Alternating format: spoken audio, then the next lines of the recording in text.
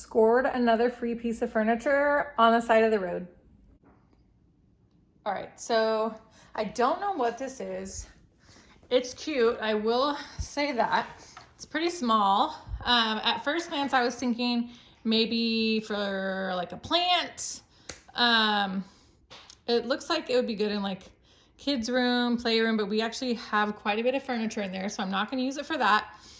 I'm just gonna paint it to go from there. They try to like antique it. It's yellow. It's more yellow than the video showing, but to me it just looks like cat pee. I don't know.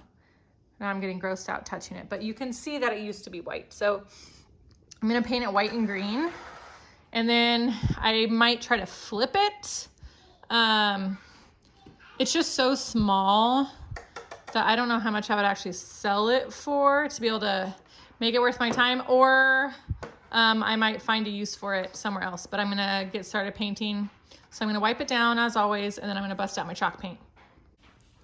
You can actually see like up close the color difference. This is what most of it is, like the top.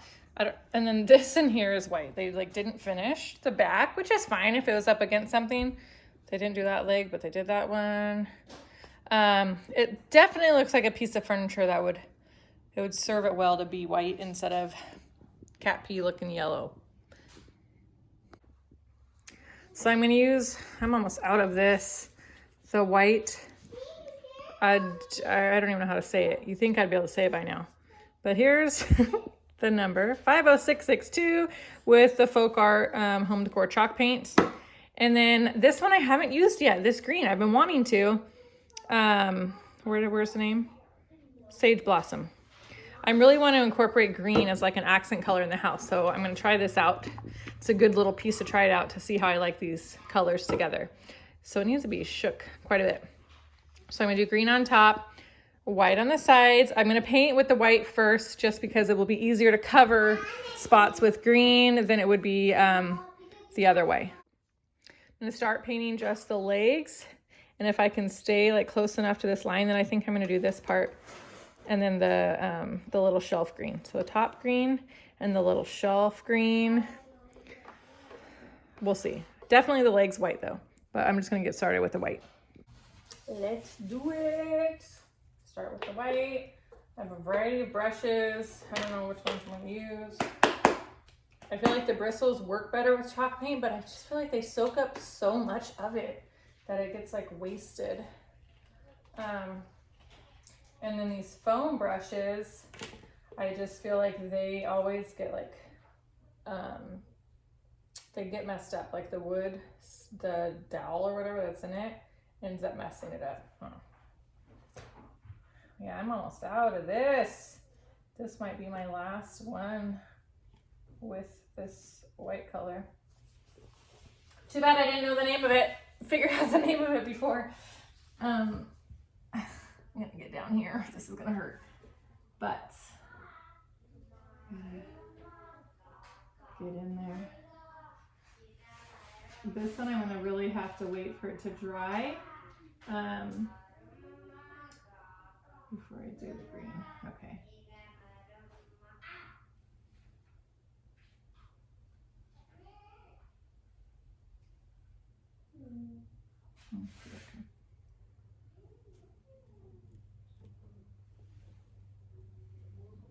I guess I'm going all the way over with the white.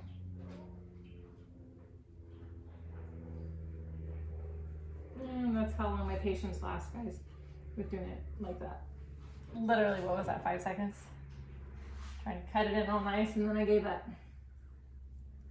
I guess I could have just flipped this upside down, but nah.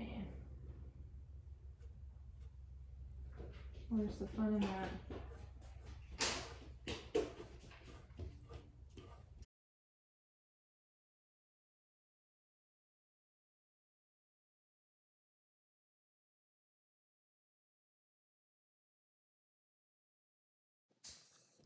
So there's a lot of texture in this, so I'm doing a lot of like sponging to really get the paint in there. And then I'm gonna paint the legs last, like all the way at the bottom, because this is actually working out for me to be able to hold it and kind of tilt it around. So that's what I'm gonna do all the way around until it's white everywhere. And then I'll check in before we move on to green. So real quick, something I don't know if I've ever talked about, and I don't even know if it's accurate, but for me, oh, I painted that. Oh shoot, I painted that leg too far down. Okay, I'm gonna have to use it right here. So when I'm doing something like this, where I'm gonna be painting under these like little designs, I forgot, and then that's why it just reminded me, but you should paint that first, because then as you do it, you're gonna get like little bits of leftover paint that kind of push up. And since this is what you're gonna see more of, this is where you want to finish, like the outer layer, so that it looks more smooth and clean. And then I also noticed, and I suspected it might be, but then I forgot, like these big clumps that, like I said, looked like cat pee. There is like quite a bit of texture when I paint over it. So had I known for sure, I should have sanded it. It's a little late now. And so now it's probably not gonna be a resale project. It's gonna be a I keep it project, because I wouldn't wanna sell something that clearly wasn't like done properly. So I'm done with the white. That makes the yellow stand out way more now. It would be cute all white, but I definitely do want to test out this green. So there's a child under there. But I'm going to do the green now on the top, and then on this face, and then I'm going to be dry and done. And so far it's looking pretty good. This color looks almost more limey. It's a little brighter than I was expecting, honestly. It actually looks better on the brush. Let's see where we're at. Oh, I like it. I like it. All right, let's get to it. So this shelf, and then I'm gonna guess the top part too. Now that I feel it definitely has some type of coat over it that's making the paint not stick as well as it normally would, like for chalk paint. So this piece, I mean, really should have been sanded, which not a huge fan. It's kind of why I like chalk painting, is because it's easier. But for something like this, it definitely should have been sanded. So I'm gonna have to do a coat and then let it completely dry before I apply the second coat. Otherwise, I'm basically just like moving paint around. It's not really gonna do any good. So I'm gonna keep putting like what I can on first, and then I'll let it dry for like 5-10 minutes before I come back and try to finish it. All right, so here's with one coat. You can kind of tell that it's not sticking with the green. I need it to like really fully dry before I put the other one, but I think it's so cute. It looks more limey in the video, I will say. It doesn't look that limey in person. It does look more of a sage, with like almost that like bluish kind of tint. But I'll get a better picture of it when it's completely dry and done with that second coat and the lighting. And it's so weird. While I'm waiting for this to dry, so I was super stressed out today just for a variety of reasons, but I've just been like, my body feels like tense, like I'm really stressed.